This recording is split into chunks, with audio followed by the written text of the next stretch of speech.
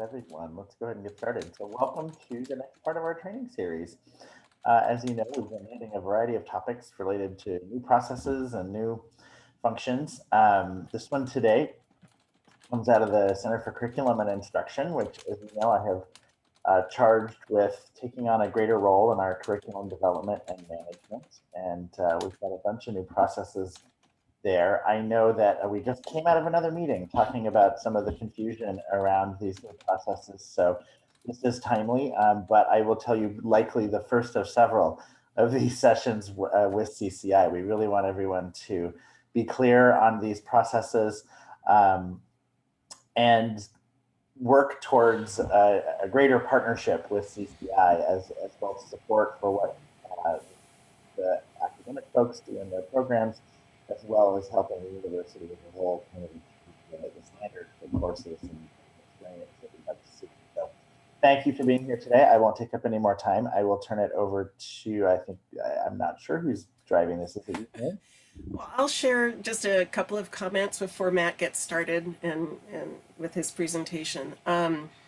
This came up for a couple of reasons. So with some of the changes that Scott's put in place and are trying to clarify sort of who does what with regard to master shells and whether it's part of a course development team effort when a shell is being majorly revised or created for a new course, or it's the maintenance in between those major revisions, in which case it's the course administrator who is able to go in and make modifications inside the master shell between those major revisions. So we had a huge change in the fall. We dropped Skillsoft, Books 24/7. People know it from different names.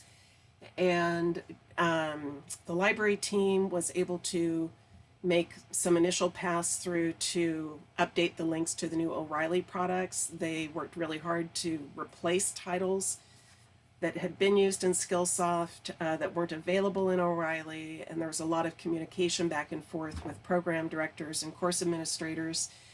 But there were still pieces of work that the course administrators would typically do inside their courses where links were hidden to remove those links prior to students being seeing them and clicking on them and finding broken links. So we wanted to sort of spend a little bit of time clarifying the major revision work that happens and then that maintenance in between and the responsibilities for those. And then as we are looking ahead to D2L and related to this link maintenance, the other thing that the team is working on is moving all required resources and their links to the reading lists, and then creating a link to the reading list in the left navigation menu of Blackboard courses so that it's persistently available to students wherever they are in courses. That'll help with link maintenance long-term, with link updates long-term, and ensure really good experience for our students long-term. So with that, I will turn it over to Matt, and then hope we have some time at the end for questions, which I am sure there will be some. Yeah, Thanks. In fact, yeah, I would love to have a conversation here in a little bit. And, you know, obviously any questions that you have and sort of talking through this process. I think that Mary's point is exactly right, that, you know, we want to first and foremost avoid giving students links that are broken and frustrating and confusing.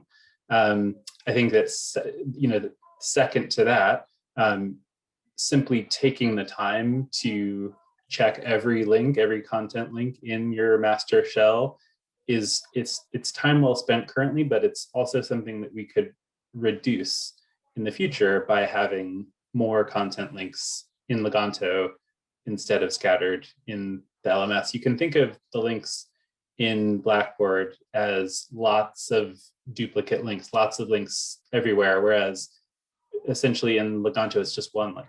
So that means that in the case that Mary brings up with Skillsoft, when we move to a different platform, or when a title gets dropped from a database and is instead we purchase it on a different platform, no action needs to be taken in Legato for that to, automatically send the user to the right source.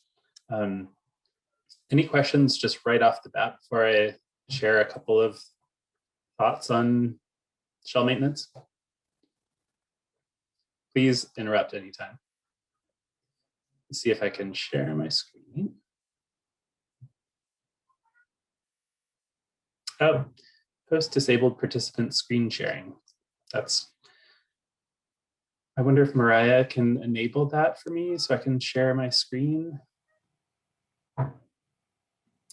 Make me a presenter. Yeah. Oh, here we go. Thank you. Maybe I just had to try twice. I don't know. So can you see my screen now? Yep, we got it. Great. So not a lot of things to cover here, but I thought it might be nice to at least sort of have an outline.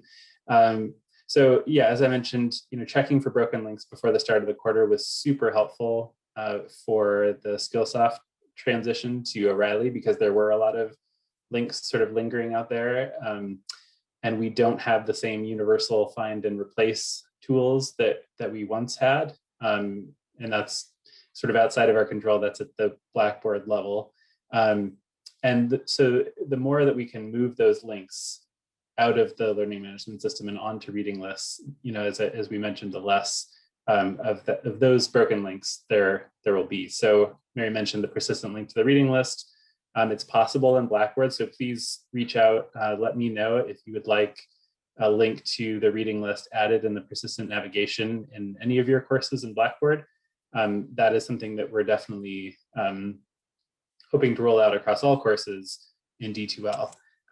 One advantage of that is that the reading list is less buried in Blackboard, so that when the student is in week 3 reading assignments, the link to the reading list is still there, still visible, so that the reading assignment might be Jones chapter 2.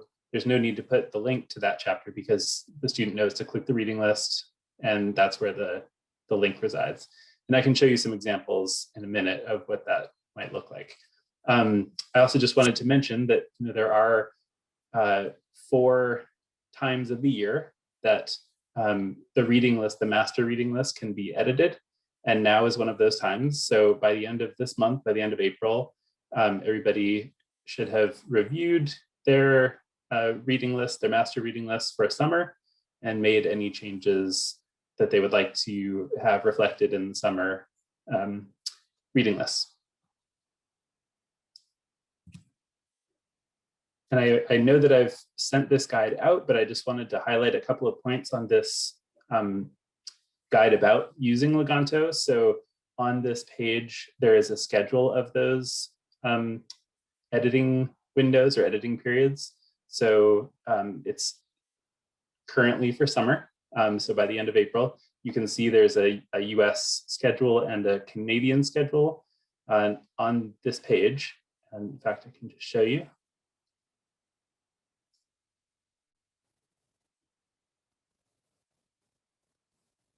So under Program Manager Responsibilities, when to review and edit your master reading list, here are the 2 timelines. This is just sort of a brief summary. So if you want to see the US timeline, we'll show you exactly when the dates in red are when changes are due. And then if you're curious, this is the time that we process the reading list. It describes when instructors get access to the section reading lists, et cetera, and also when students see them. So any questions so far? I don't mean to stray away from the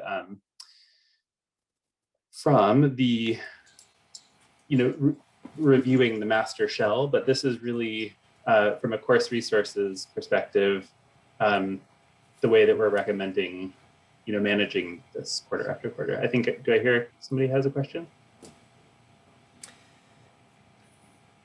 I was going to comment that, Matt has been sending out this information, or perhaps it's Kelly Spangler who sends it out when the reading list editing period opens.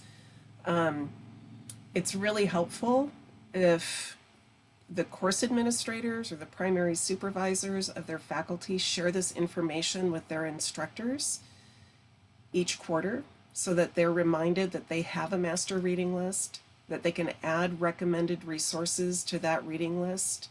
We have a video tutorial as well on how to do that. Otherwise, it may not be common knowledge to them.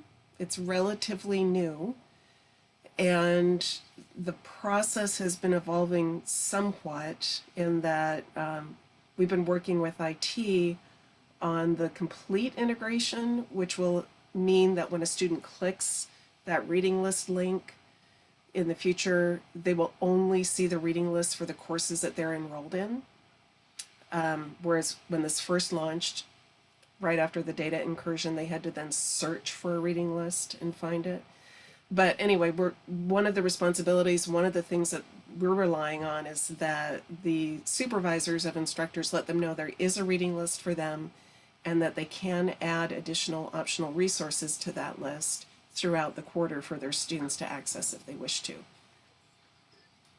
Yeah, and I can just sort of summarize one of my next points is there are different ways of accessing Legato depending on your, what type of user you are. So if you're a program manager or a course owner, essentially, and you would like to edit your master reading list for an upcoming quarter, the way to do that is to just go to the Legato homepage there, and you can either bookmark this page right here, or you can go to the library website and click the Find Your Textbooks button, which I think we will rename at some point Find Your Reading List, so that it makes more sense to everybody. But that's how you get to the Legato landing page. Here you see that I have 16 lists on my landing page. That means that these are lists that I'm an instructor for or associated with. Obviously, I'm not really an instructor in these courses, but what you'll see is courses that you are in charge of, essentially. If you do not see a master reading list for one of the courses that you need to update, just let us know. You can use our Ask Librarian button, email me, email textbooks@cdu.edu, and we will give you access to the master reading list. So this is where at the time of the quarter that you can edit the master reading list, you would simply go here, open your master reading list, and make any changes that you would like to make. So that's the program manager. So then what happens is we create quarter master reading lists. This is not something that you have to remember or worry about, but the reason that we do that is we create a copy of the master reading list for the course that the student can view 30 days before the start of the quarter. So that means that when students go to the library website and click Find Your Textbook, they will see the quarter master. They will see the items that they need to purchase or that are available to them through the library. So that's the quarter master, and it's viewable to students 30 days before the start of the quarter, just as the course resource guide was always available to students at that same point in the quarter from the same location, the Find Your Textbooks button. Then finally, each section has a reading list. So for example, every section of MBA 500 has its own reading list. Instructors get access to the Blackboard shell 17 days before the start of the quarter. Students get access to the shell 3 days before the start of the quarter. That is when both instructor and student will gain access to the section reading list. The way that you get to the section reading list is through Blackboard. So you would, when you're in the LMS, click reading list, and what will automatically display is the section reading list. So it's kind of, that would be the place, and it will essentially be a copy of the quarter master, but it's editable by the instructor. So the instructor can add supplemental readings that he or she thinks would be valuable for students. So I see some questions coming in, and I'm not too surprised. Some of this you don't really have to remember, but I would love for everyone to know the way that they should access their Legato reading lists, depending on what kind of user they are. Where should faculty direct their questions? Yeah, great answer. Yeah, textbooks, citeu.edu.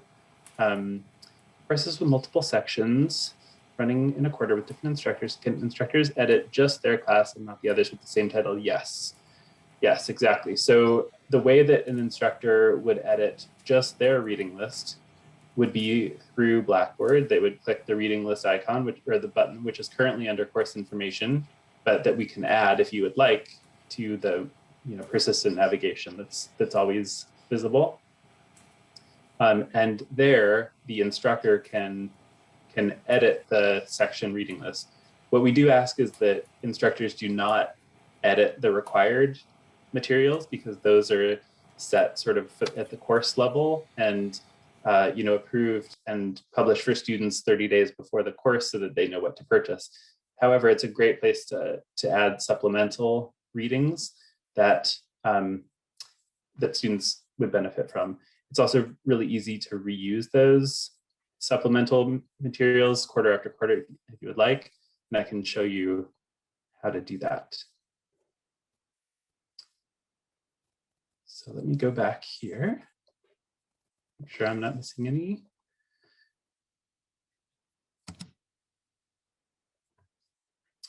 Sorry, trying to get to the next slide. Okay. So these are the things that you'll find on that Legato guide, which is on our website under the how-to guides and academic technology. There is a video that you can share with your section instructors that Pujo created in CCI. She's our video guru. And it's really, really nice overview of why you would want to use Legato and how exactly to do that as the instructor of the section. We're working on another one for program managers, which obviously there's some overlap because some program managers, of course, teach as well. But for now, this is a really good overview for instructors. And we covered the master versus quartermaster versus section reading list, which truly you don't need to worry about what they're called, as long as you know that essentially what we're looking at is a descending order. So the master is what's edited once per quarter, pretty far in advance according to the schedule. The quartermaster is published for students, sorry, I keep doing that, 30 days before the course so that they know what they need to purchase. And then finally, the section reading list, they get pretty near the start of the course. And I can show you in Legato how you would edit, add content to the master reading list or to the section reading list. It's actually the same, as well as some different organizing options. So you'll see the second point. If you are editing your section reading list as the instructor, we would really appreciate it if, like we said, we don't want the required resources to be edited. So it's really easy to just add a recommended section to the reading list, and that is in the video, and I can show you how to do that. Let me make sure I'm not missing a question. Can I create a folder that lists textbooks used by faculty in the past but not adopted for the coming quarter? Yes. Yes, great question. Let me show you a couple of things in Legato.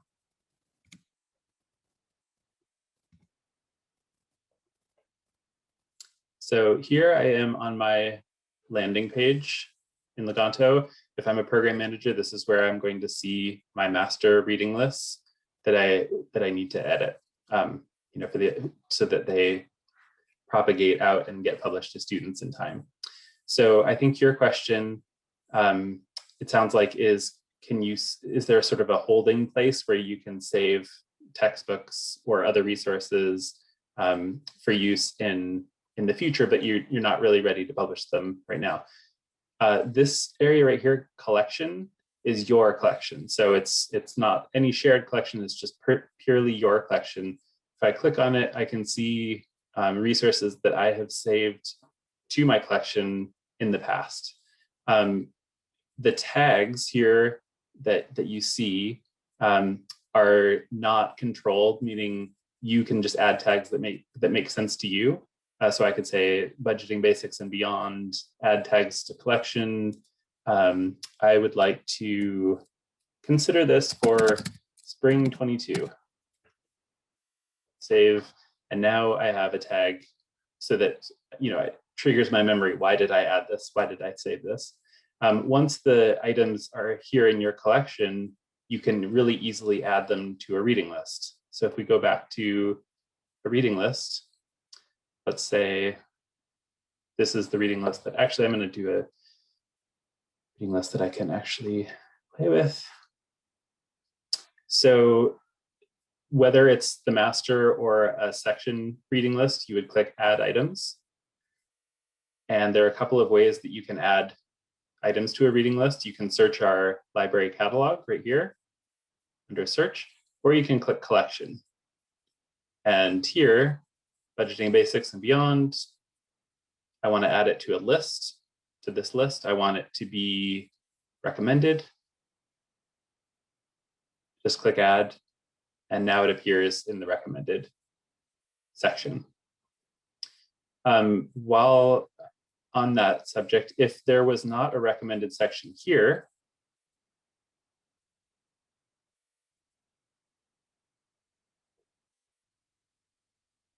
so a lot of reading lists look like this. It's a reading list with a required section and nothing else. So if this is a section reading list, we don't want you changing, editing or adding to the required section because students have already made purchases, they've already budgeted it and all of that. So what we want to do is click a new section and just title it recommended or supplemental or whatever you like. Click create. And then when I go to add items, I can add them to that recommended section. So if I wanted to search our library collection,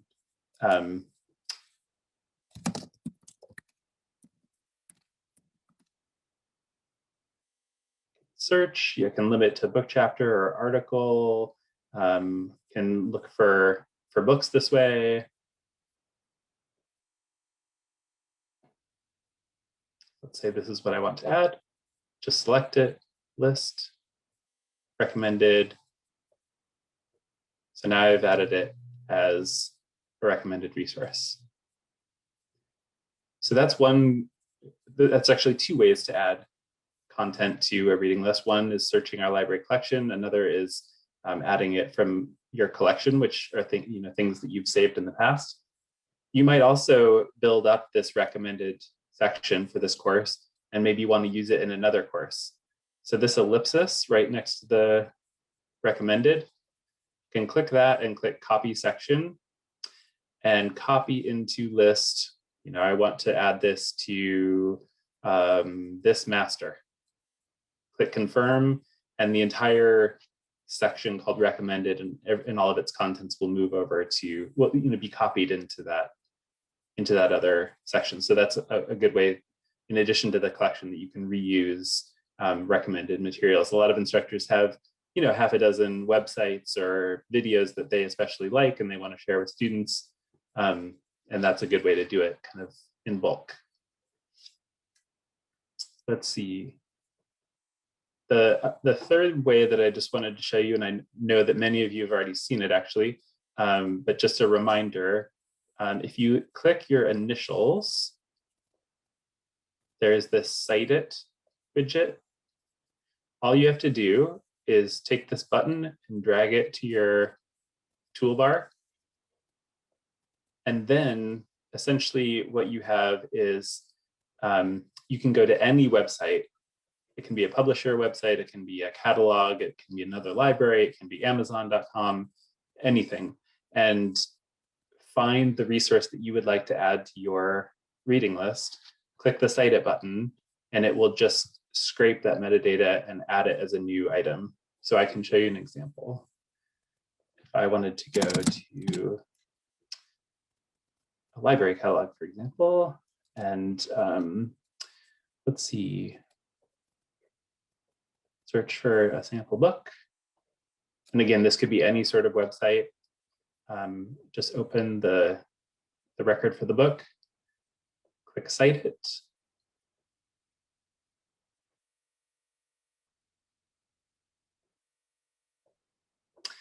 And list. I want to, and then just select the reading list that you want to add it to. I want to add it to this history course. I'll say recommended. And close. It's kind of in my way here.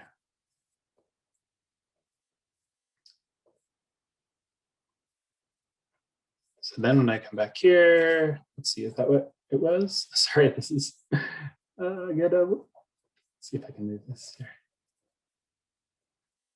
Education and the politics of difference is, must have been to a section.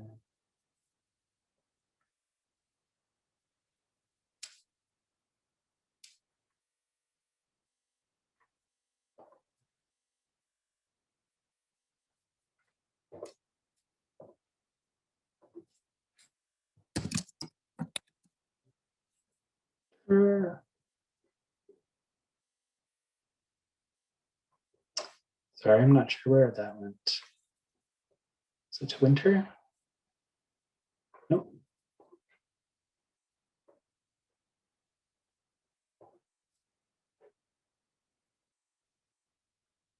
Oh, it's to a section. Okay. So you do want to be careful where you add it. Let's do. So I added it to HUM 200.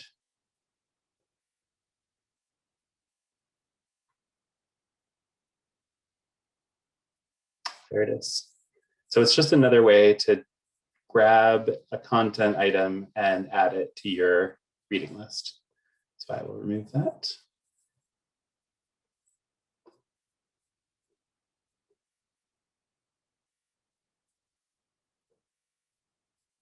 So then the last step, once you do make changes to your master reading list, for example, is to click the library review button when you're finished, and that sends your changes. Here it is.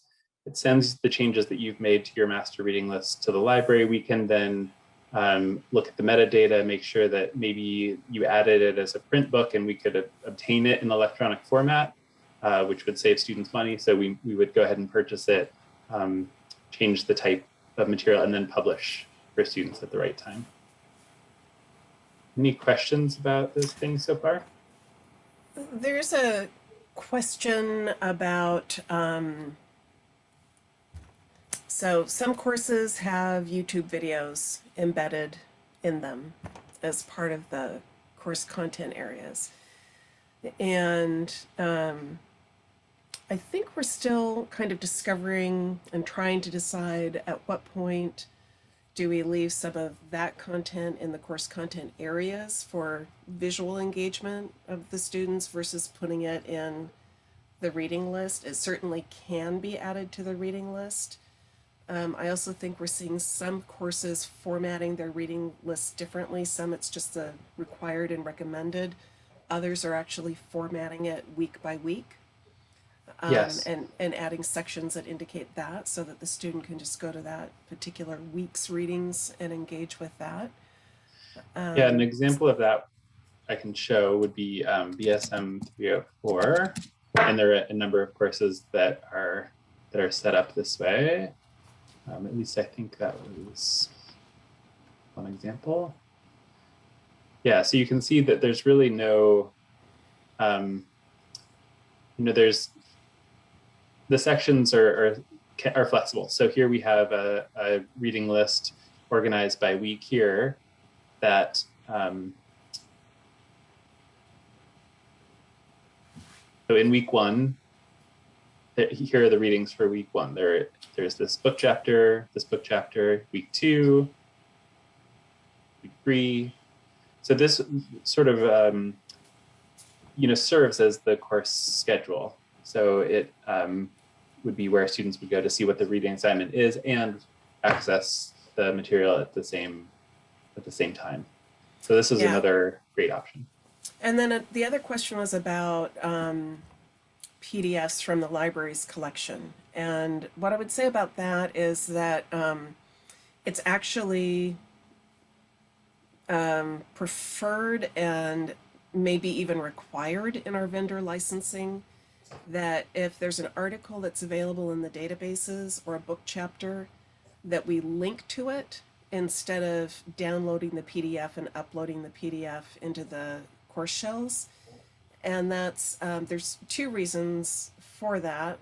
From the vendor and the author's perspective, they want to register the clicks per view. They want to know how many times students have actually or faculty have actually used an item, and there may be some small fraction of a penny of revenue that the authors ultimately receive as a result of the use of their article. The other reason is nothing to do with the publishers or our vendor contracts, but has to do with the size of our course shells and how much we're paying Blackboard to store that content. Their storage rates are incredibly high, and we've recently had a lot of pressure and requests from National University's Center for Innovation and Learning to reduce the size of our course shells.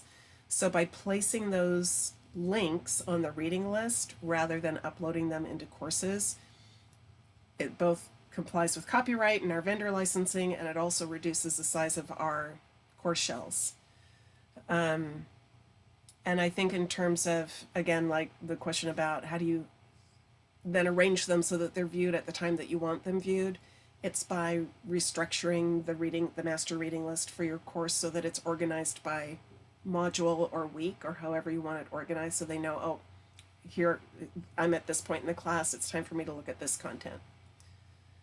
Another question was, what is the direct link to Legato? So from the library's homepage, you can click on the Find My Textbook link. I wonder, Matt, if now is a good time for you to show inside a course just how easy it is to add the reading list link to the left menu. Sure. And then I'm also going to ask, and CCI in the library can talk about this week, looking ahead to the D2L migration, if we can put the link in the same place in every course, that will make the migration easier. And my recommendation is to put it below course information. So we'd have course information, reading list, and then course content. So why don't you demonstrate just how easy that is? Yeah, so this is our library website. Here's the Find Your Textbook button, and this opens the Legato landing page. And then from Blackboard,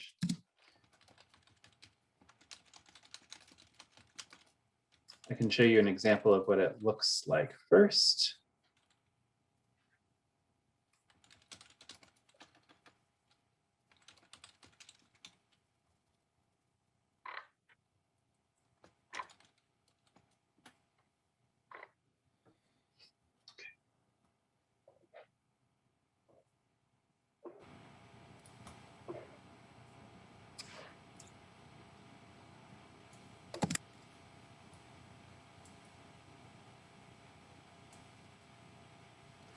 So normally, by default in Blackboard, the okay, so it looks like it's not in the master. Oh, that's funny.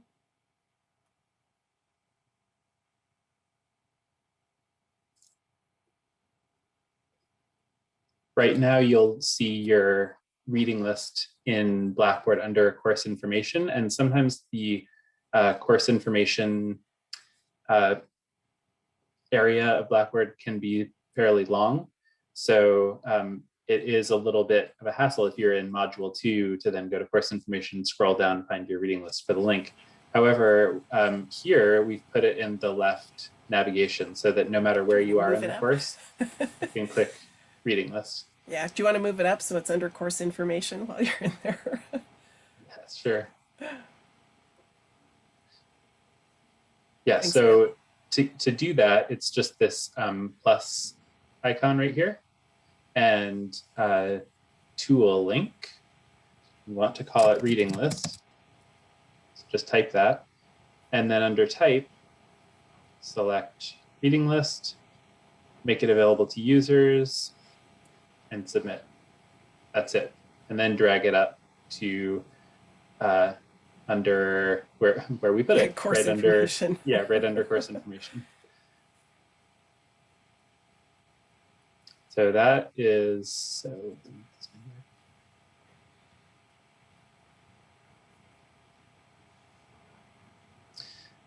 yeah, so just the plus, and then call it reading list, select reading list, make it available, and drag it up.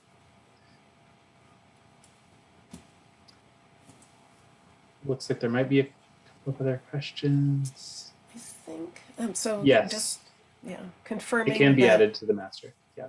Oh. Sorry, Mary, go ahead. Yeah, I was reading the one before. So just also confirming that while there's a specific time frame for editing the master, that once that quarter reading list is live for a specific section, resources can be added throughout the quarter. Yeah, great point.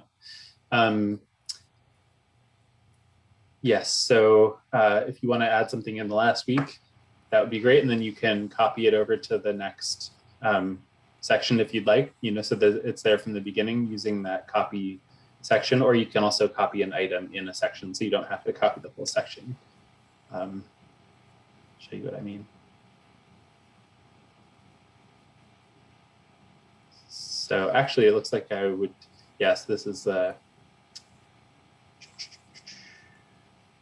if you're in a live section,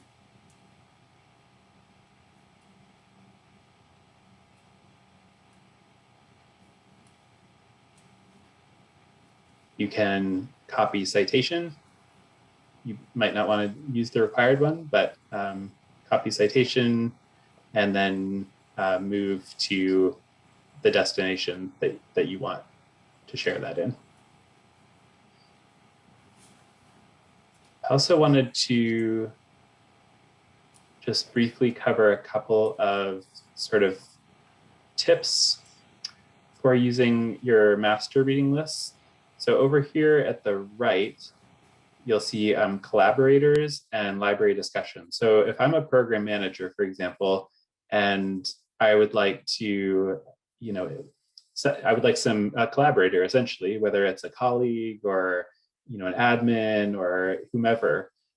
If you click collaborators, you can invite people to join to also have access to this reading list. And I'm not sure why it's not showing me that option.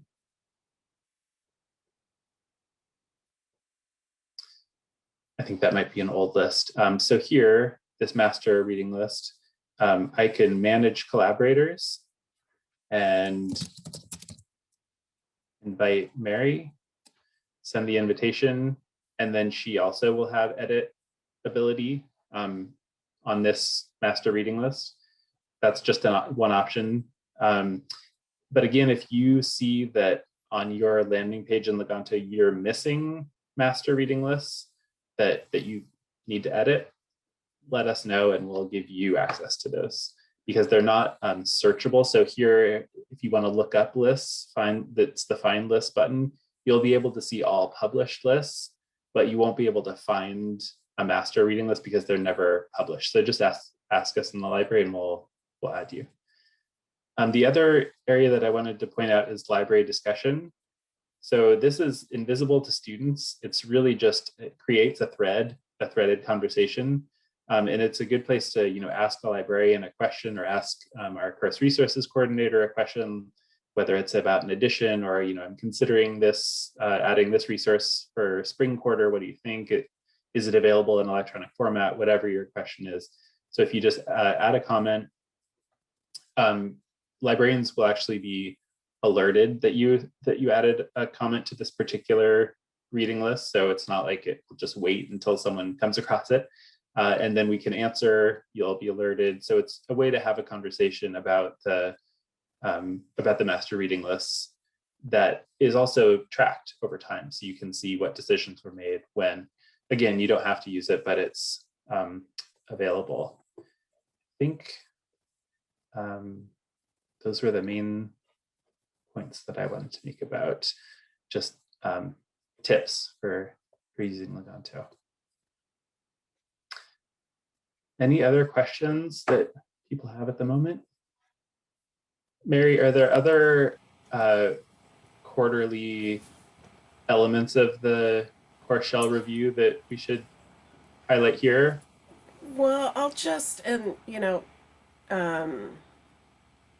go back a little bit to where we started, which is the responsibilities for when the courses go live.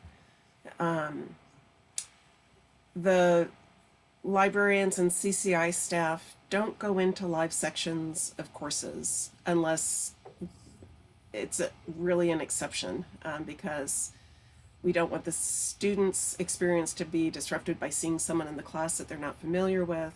We don't want to make any changes to a live class. We want to let the instructor do that. And so part of the course preparation process has always included going through a course and checking the links that are in the course. It's part of the instructor's responsibility when they get a new course. And if there are any broken links, removing those or replacing those. If they're not sure how to find those, they could reach out to the library with the citation and ask if we can help them find a persistent link that they can add back into their course. I think longer term, we're all going to be a lot happier with moving most of those resources onto the reading lists so that they're managed in one place. And that allows us, the library behind the scenes, then when we do have a major change from a vendor, which can happen, to go in and update the links behind the scenes in the reading list and to know where they all are and to confirm that the master versions are working. I think, Matt, we've got another transition coming with moving from easy proxy authentication to Open Athens. And part of that work, it's a system project that, and a system level change that's being made. So we've been asked to make it along with the rest of the system. That's an example of a time when we know there's going to be a large number of links for our course resources that need to be updated. If they're all on the reading list, they're easy to find. It's easier to update and get that work done efficiently and spread it across many workers rather than in the course shells. But when it comes to the course shells, and especially those live sections, the instructors need to confirm with in advance of the courses going live that the links are still working that are in there. Yeah, another example is we're upgrading our Business Source Complete database to Business Source Ultimate, which essentially adds additional business content, including Harvard case studies and other content. So it's going to be fantastic. It does mean that the links will change to existing content in Business Source Complete. We're in Legato, because Legato is really just built on top of our integrated library system. So that means that when we make any change in the integrated library system, for example, please direct these links to this new platform, it's just automatic in Legato. We don't need to fix them individually. So that fortunately that change will not happen until end of summer. So we have time to make those changes. But it's another reason that it'll be really helpful. There's a question about the timing of our move to D2L, and Scott, feel free to chime in. We've not yet had our kickoff for our migration. We've been waiting until National University has gone live, and we do have a conversation with them coming up, but I do not believe we're planning on any live courses in D2L for summer. That is correct, yeah. We purposely held off to learn from the process that NU has gone through, and we understand that they have in fact hit some road bumps. So we're happy to be able to benefit from their learning. We have a kickoff, I think it's in a couple weeks. And if the timeline is similar to what NU has followed, it took them about 6 months to get their first courses rolled out. They're launching their first courses this spring term. So I anticipate fall at the very soonest, and wouldn't be surprised if it's pushed back to winter. We're taking care of some things now, like, and some of you have seen that. So we're trying to move all the inactive master shells into an archive. We're trying to move any of the org shells that aren't used into the archive. So we're cleaning up what will actually be migrated. And there likely will be some additional projects around that coming where we may be asking you, I think there are dev shells out there that were created years ago that aren't really actively being updated. I'm hoping to be able to get a report from Blackboard or from our IT group that shows those shells and when they were last accessed, so that we can filter through some of that and clean those out as well instead of moving them over to the new system. So occasionally you'll hear from me with an ask to identify things that you're no longer using.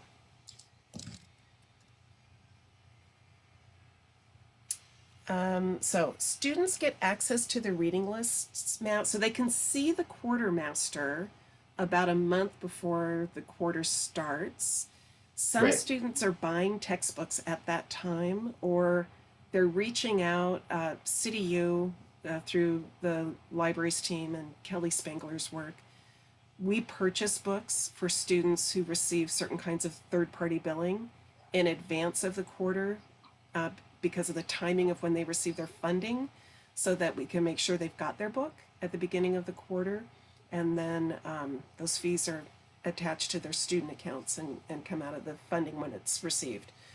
So we're very sensitive to the fact that in that 30-day time frame, there really are some students who are buying the resources that are listed on that quartermaster list in advance of the term. They'll actually get access to their section list when they're enrolled in the course, I believe. So that 3 days prior to the start of the course. Right. So the quartermaster will reflect will reflect almost entirely the required resources for the course, regardless of location or section. There are a couple of exceptions to that. For example, courses that are offered in the US and in Canada, or even in different locations in Canada, might have different required resources, but on the whole, that's not the case. The required resources are consistent across courses. So yeah, students have access to the quartermaster 30 days before, and then the section reading lists when they get access to Blackboard. I also just wanted to go back briefly about the question about YouTube videos. It is possible to add YouTube videos. So when you click to add a resource or add item to a reading list, there's the search tab and the collection tab, and in the middle there's something, I think it's called create. So you can click the create tab and enter the URL of the YouTube video, name it, etc., and add that to a reading list, perfectly well. As Mary mentioned, there might be reasons that you want to embed the frame of the video right in a module. That does, I see that from a user perspective, that is sort of nice sometimes, and I don't think that adds much to storage at all. It's essentially just a link to YouTube. So that's sort of a judgment call, but it is possible to add videos, attachments, really any document type into Legato if you choose.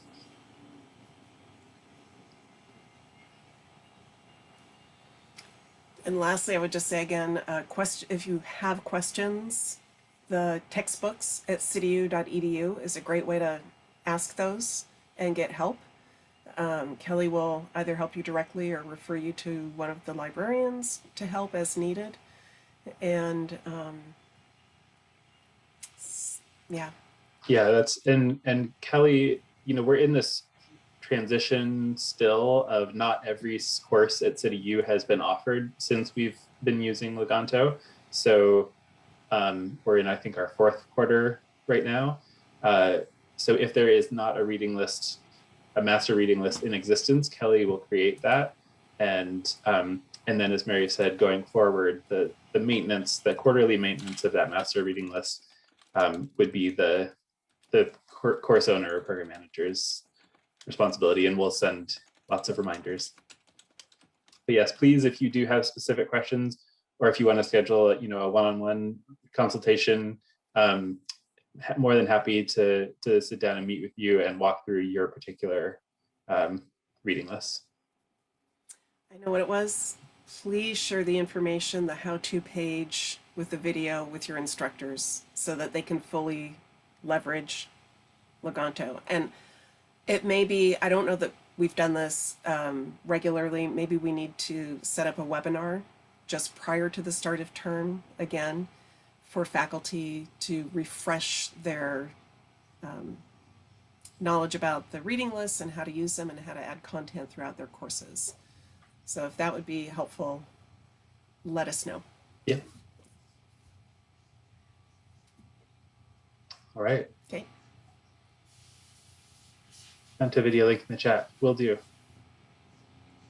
Right now. Okay, well, thank you everyone for joining us. And let me find that video link. Thank you all for joining us today. We'll see you at our next one, and have a fantastic afternoon. Take care.